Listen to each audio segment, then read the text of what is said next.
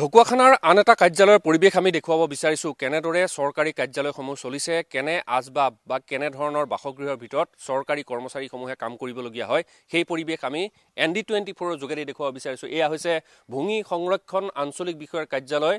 ঢকুৱাখানাৰ আৰু ঢকুৱাখানাৰ এই ভূমি সংৰক্ষণ আঞ্চলিক বিষয়াৰ যিটো কাৰ্যালয় আছে সেই কাৰ্যালয়টোৰ যি পৰিৱেশ সেই পৰিৱেশ দেখিলে হয়তো বুজি পাব যে ইয়াত কেনেদৰে চৰকাৰী কৰ্মচাৰীসকলে কাম কৰিব লাগে এতিয়াও কিন্তু সময় বহু হ'ল এই কাৰ্যালয়টোৰ বহু কেইখন টেবুল এতিয়াও খালী হৈ আছে এটো ৰেঞ্জ অফিচাৰৰ কোঠা আৰু তেওঁ চকীখন ইতিমধ্যে খালী হৈ আছে আমি দেখাব পাইছো মই আপুনি নেকি ৰেঞ্জ অফিচাৰ চকীদাৰ স্যাৰ অহা নাই নেকি আজি না কিয় না হতে চাইহে জানিব অহা নাই না প্ৰায় কিমান আপোনালোকৰ এমপ্লয় কিমান আছে ইয়াতে এমপ্লয় 8জন মান আছে সকলোখিনি আহে নে সদায় এই সদায় আহে এইখিনি মানুহ সদায় আছে হয় আপোনালোকৰ কামবিলাক কেনেকুৱা ধৰণৰ থাকে এইটো ইনচাৰ্জৰ কেনেকুৱা ধৰণৰ কাম থাকে আপোনালোকৰ কওকচোন আমাৰতো ফিল্ডত কাম হয় গছ ৰুৱে পিছাৰি পাৰত গছ ৰুই দিয়া য'ত য'ত মানে পানী জমা হয় গছ গছনি গজিব নোৱাৰে এইবিলাকক আমি পানী ওলাই দিওঁ পানী নোপোৱা জেগাত পানী ভৰাই দিওঁ গছ গছ সকলো এমপ্লয় আছে ইয়াতে আজি আছে এই প্ৰায়ভাগ নাথাকে ফিল্ডত থাকেগৈ হয় সকলো ইয়াতে আছে আজি কেইবাদিন হৈছে ফিল্ডৰ পৰা অহা আমি কৈছোঁ যে এই কাৰ্যালয়টো প্ৰায় জৰাজীৰ্ণ ৰূপেই লৈছে কিন্তু সেই জৰাজীৰ্ণ ৰূপ লোৱাৰ লগতে চৰকাৰী কৰ্মচাৰীসকলে কিন্তু সময়মতে কাৰ্যালয়লৈ নহাৰো আমাৰ দৃষ্টিগোচৰ হৈছে আমি চাওঁ দৰ্জা খিৰিকীলৈ যদি চাই তেতিয়াহ'লে কিন্তু প্ৰায় তথ্যইব একোটা অৱস্থা কাৰণ কোনোবা এখন দৰ্জাত হয়তো আপুনি গ্লাছ নেদেখিব কোনোবা এখনত হয়তো একেবাৰে এই জৰাজীৰ্ণ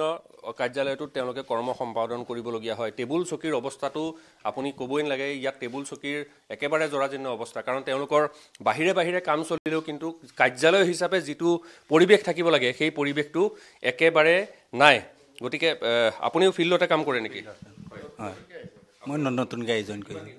ইয়াতে মই 2 তাৰিখে জইন কৰিছোঁ 2 তাৰিখে জইন বহুত কাম চলে আপোনালোকৰ হয় বৰ্তমান কি কাম চলি আছে এতিয়া মই সিমান নাজানিম মই নতুনকৈ জইন কৰি আহিছোঁ হয় এয়া হৈছে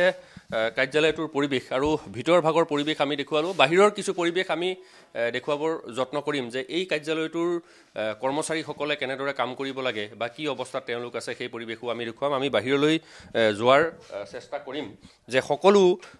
আজি হয়তো তেওঁলোকৰ কোৱা মতে যে সকলো একত্ৰিত হৈছে আৰু সকলোৱে দুপৰীয়াৰ এসাঁজ ভাত খোৱাৰ ইয়াতে দিহা কৰিছে কাৰণ চৰকাৰী কাৰ্যালয় আৰু চৰকাৰী কাৰ্যালয়ৰ ভিতৰত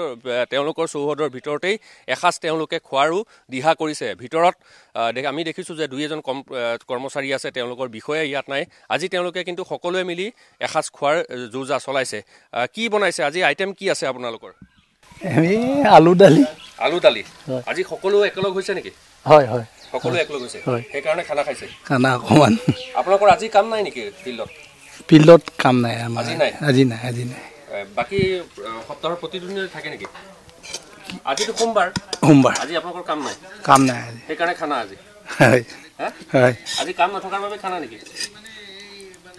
ধন্যবাদ জ্ঞাপন কৰিছোঁ আৰু আমি যদি দেখুৱাইছোঁ যে এয়া ইতিমধ্যে তেওঁলোকে আজি সোমবাৰ কাৰণ সোমবাৰেই হয় প্ৰত্যেকটো কাৰ্যালয়ৰ সোমবাৰে সকলোখিনি কাম হয় কাৰণ শনিবাৰ দেওবাৰ দুটাকৈ বন্ধ পাইছে গতিকে সেই বন্ধ পোৱাৰ পিছতো আজি তেওঁলোকে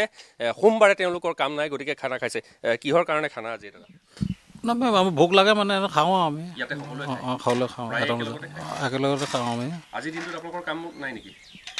কাম মানে আমাৰ আছে এতিয়া চাইডলৈ গুচি যাম উঠটোত ভাত কেইটামান খাই লওঁ আৰু খাবলৈ কেউটা গছ ফুট খাইছিলোঁ ইয়াত আহি খাই বৈ আপোনালোক ওলাই যাব খাই বৈ আজৰি হওঁতে 1-1:30 বাজি যাব দেখোন আপোনালোকৰ এইটোত মানে বহুত দিনৰ মূৰত কাম চলা নাই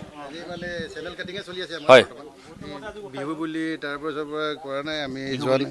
পিছৰ পৰা যোৱাই নাই ঠিকাদাৰবিলাক কাম কৰা নাই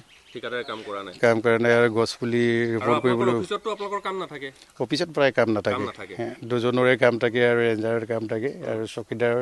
এজন থাকে এয়া হৈছে আজি সোমবাৰে তেওঁলোকৰ কাম নাই বিহুৰ পিছৰ পৰা ঢকুৱাখানাৰ যিটো ভূমি সংৰক্ষণ বিভাগৰ কাৰ্যালয় সেই কাৰ্যালয়টোত কোনো ধৰণৰ কাম চলা নাই বুলি ইতিমধ্যে তেওঁলোকে অৱগত কৰিছে সেই আমি কোৱা কথা নহয় তেওঁলোকৰ যিসকল কৰ্মচাৰী আছে সেই কৰ্মচাৰীয়ে কৈছে যে বিহুৰ পিছৰ পৰা তেওঁলোকৰ কোনো ধৰণৰ কাম চলা নাই যাৰ বাবে ৰেঞ্জ অফিচাৰ আজিৰ তাৰিখত এতিয়া 11 বাজি গ'ল সেই 11 বজাৰ পিছতো কিন্তু 12 বাজিব হ'ল সেই ৰেঞ্জ অফিচাৰ এতিয়াও কাৰ্যালয়লৈ অহা নাই এনেদৰেই প্ৰতিটো বিভাগ চলিছে আৰু সেই আজি কাম নথকাৰ অজুহাততে তেওঁলোকে কাৰ্যালয়ৰ চৌহদতে তেওঁলোকে এটা প্ৰীতিভোজৰ ব্যৱস্থা কৰিছে কাৰণ তেওঁলোকৰ আজি কাম নাই সেই ভাত পানী খাই তেওঁলোকে কাম কৰিবলৈ যাব বুলি উল্লেখ কৰিছে